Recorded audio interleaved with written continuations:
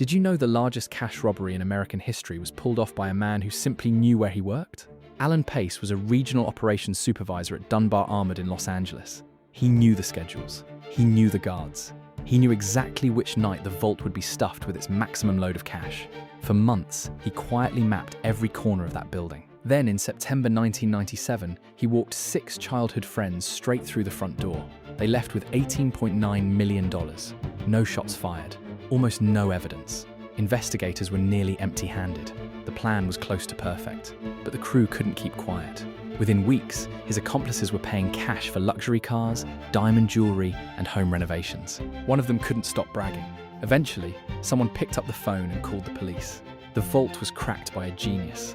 The case was cracked by human greed and a loose mouth. Pace was sentenced to 24 years in federal prison. Please like, share, and follow The Mysterious Banker for more interesting stories.